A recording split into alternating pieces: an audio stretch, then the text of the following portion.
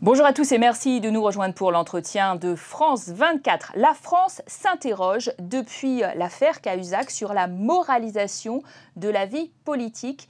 Et dans l'Europe en crise, les citoyens réclament toujours plus de transparence à leurs dirigeants. Voilà pourquoi nous sommes aujourd'hui en compagnie de Noëlle Lenoir. Bonjour. Bonjour. Alors vous êtes déontologue à l'Assemblée nationale en France. Un curieux métier dont vous allez nous dire davantage. Et puis vous êtes aussi juriste, on le rappelle. Vous avez été l'une des premières femmes nommées au Conseil constitutionnel de 92 à 2001. Ex-ministre du gouvernement, ministre d'ouverture d'ailleurs du gouvernement Raffarin, vous étiez aux affaires européennes. Et là encore, on va parler de cette Europe qui semble s'enfoncer dans une crise morale et économique aussi. Alors, on commence quand même par l'Assemblée nationale. En 2010, on a créé cette étrange fonction de déontologue, assez exotique, bien qu'elle existe déjà au Canada, au Québec, en Angleterre. Qu'est-ce que vous faites de vos journées ? Alors, bon, ce n'est pas un métier, c'est une fonction qui n'est pas, pour l'instant en tout cas, en l'attente peut-être de la loi future, un temps plein. Ça consiste d'abord à veiller à ce que les nouvelles obligations déclaratives des députés, ils doivent faire de nouvelles déclarations auprès de la déontologue ou du déontologue, soient conformes, puisque maintenant, tout député, pour que je puisse veiller à la prévention des conflits d'intérêts éventuels auxquels il pourrait être confronté, doit me déclarer juste après l'élection, ce que les 577 députés ont fait, leurs activités privées annexes et éventuelles, soit celles qu'ils exercent encore, par exemple comme dirigeants de PME ou médecins ou avocats, et les activités qu'ils ont exercées dans les 5 ans précédant le mandat, toutes les participations financières éventuelles qu'ils ont dans des sociétés, et aussi...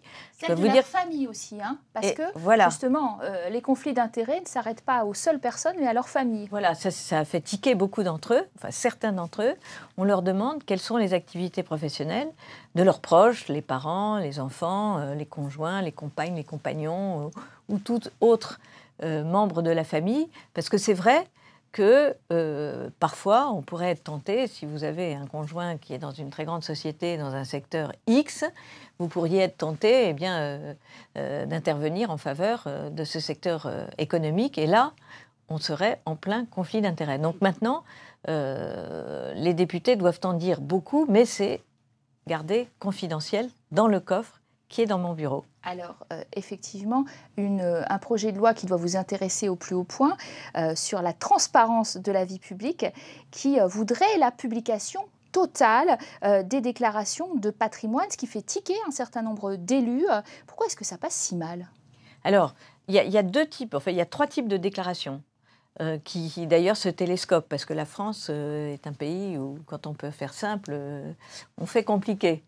C'est vrai qu'il y a une commission administrative dite de la transparence financière de la vie politique qui reçoit en début de mandat et en fin de mandat d'un ministre ou d'un député ou d'un sénateur tout ce qui constitue le patrimoine, la fortune personnelle et familiale du dit député ou du dit sénateur ou du dit ministre. Alors ça a été fait volontairement ou à la demande du Premier ministre pour les ministres, mais les députés voudraient, pour certains d'entre eux, d'après ce que je comprends, que ça reste confidentiel.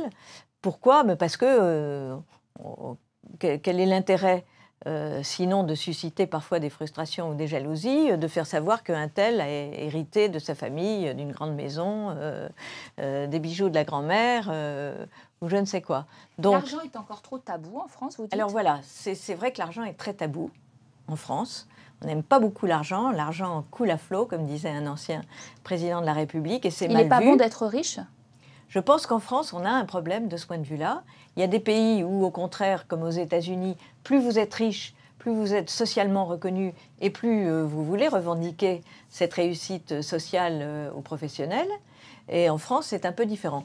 Il y a un seul pays où les déclarations de patrimoine sont rendues publiques, c'est l'Italie, aussi étrange que ça puisse paraître. Depuis 1982, en réalité, il y a à peu près un peu moins de la moitié des députés qui publient toutes les informations sur leur patrimoine. Et la presse s'amuse beaucoup à regarder les patrimoines des uns et des autres. Et chaque année, on publie le hit parade des plus riches. Et évidemment, ça ne vous étonnera pas si M. Berlusconi a une fortune plus confortable que celle des autres. Ah oui, il fait partie du haut de la liste, je m'en doute. Quelle leçon vous tirez, vous particulièrement, de cette affaire Cahuzac? Quelle leçon il aurait fallu tirer de la part d'une déontologue? Alors, je ne tire aucun enseignement sur le fait de frauder. Personne n'est un saint et il n'y a pas une catégorie de la population française qui puisse échapper à ce que certains de ses membres soient des fraudeurs ou des menteurs, etc. Donc ça, je crois que les citoyens n'ont pas plus de leçons à donner que les politiques ou les chefs d'entreprise. En revanche, il est normal que le citoyen soit plus exigeant vis-à-vis des responsables politiques qui décident pour le pays tout entier et qui représentent la nation. Un député ne représente pas sa circonscription, mais selon la Constitution, il représente l'ensemble de la nation. Et représentant l'ensemble de la nation, eh bien, il se doit d'être exemplaire et de rendre des comptes. Et ça, c'est un petit peu cette nouvelle culture qui nous vient du nord des pays nordiques, ou même des pays anglo-saxons, des États-Unis, d'Angleterre, qui est en train de s'installer, qui est, il faut le dire, très nouvelle chez nous. C'est ce qu'on appelle la accountability, rendre des comptes, justifier qu'on se comporte convenablement. Prenons justement un peu de champ et un peu de hauteur pour parler d'Europe, puisque je rappelle que vous êtes ancienne ministre des Affaires européennes. Le chômage en Europe, 26 millions de personnes, 19 millions pour la seule zone euro, 12,1%. Est-ce que l'Europe telle qu'elle a été conçue, l'euro tel qu'il a été dessiné, c'est une fabrique à chômeurs? Non, je ne pense pas que l'euro soit une fabrique à chômeurs. Je pense que ce qui est une fabrique à chômeurs, c'est d'abord la crise financière et bancaire. Il y a eu aussi du chômage aux États-Unis qu'on n'avait pas vu auparavant. Sauf qu'aux États-Unis, vous avez une législation sociale qui est un peu différente, il y a des petits boulots, etc. Mais il y a eu partout du chômage. Trop loin dans l'austérité. Non, alors, il y a le problème de l'austérité, mais il y a surtout l'absence de politique économique commune. Ce qui veut dire que vous avez un euro qui est relativement élevé, avec des pays qui ne sont pas du tout compétitifs ou qui sont faussement compétitifs parce qu'il y a des bulles bancaires et financières ou des bulles immobilières. On parle de Chypre, de l'Espagne, etc. Donc je pense que la première critique qu'on peut faire, c'est qu'il y a eu une absence de volonté politique après Maastricht ou au moment de Maastricht, du traité de 92 qui a créé l'euro, pour faire comme un État, nation, avec des politiques économiques qui aillent dans le même sens. Ça, c'est le premier point. Aujourd'hui, c'est vrai que soigner le malade par la diète, ça risque de le tuer guéri, comme on dit. Et je pense que l'austérité n'est certainement pas la solution, encore que, malheureusement, il faut que les dirigeants fassent les deux.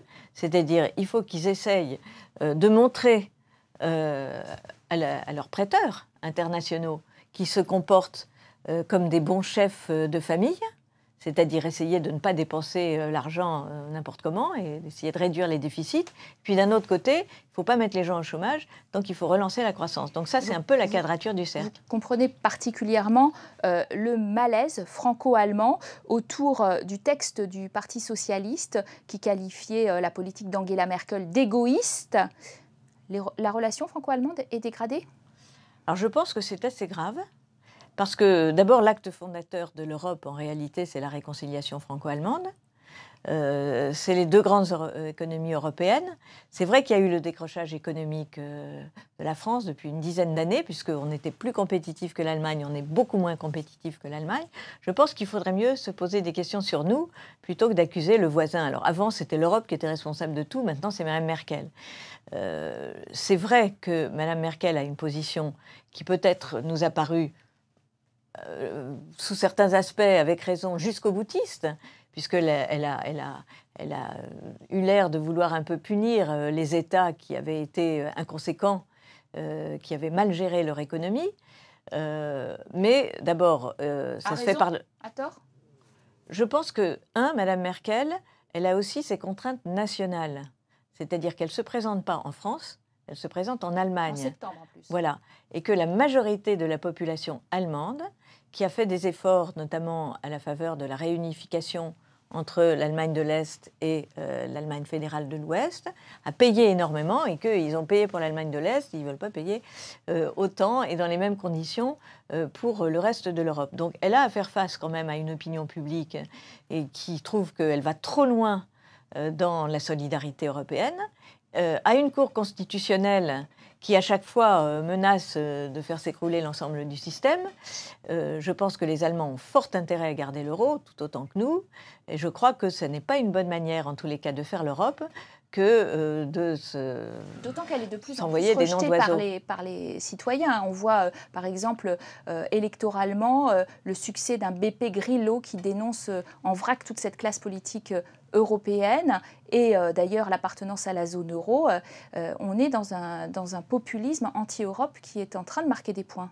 Voilà, vous avez exactement dit ce qu'il fallait, c'est le populisme. Vous savez, dans l'ouvrage de Stefan Zweig, qui s'appelle Le monde d'hier, où il décrit comment l'Europe a pu sombrer dans le nazisme, le fascisme, etc., enfin tous les pays de l'Europe continentale, en tous les cas, il dit que le nationalisme, il dit que c'est cette plaie qui a empoisonné la fleur de la culture européenne. Et je pense qu'on en est là. Le nationalisme, le populisme, le tous pourri, c'est une période extrêmement dangereuse et j'espère que les démocraties seront plus fortes en Europe que ce populisme qui a quand même un fort terreau, comme vous le disiez tout à l'heure, qui est le chômage, et notamment le chômage des jeunes. Merci Noëlle Lenoir d'avoir été notre invitée. Merci à vous de nous avoir suivis pour l'entretien. Vous restez bien sûr sur nos antennes pour plus d'informations.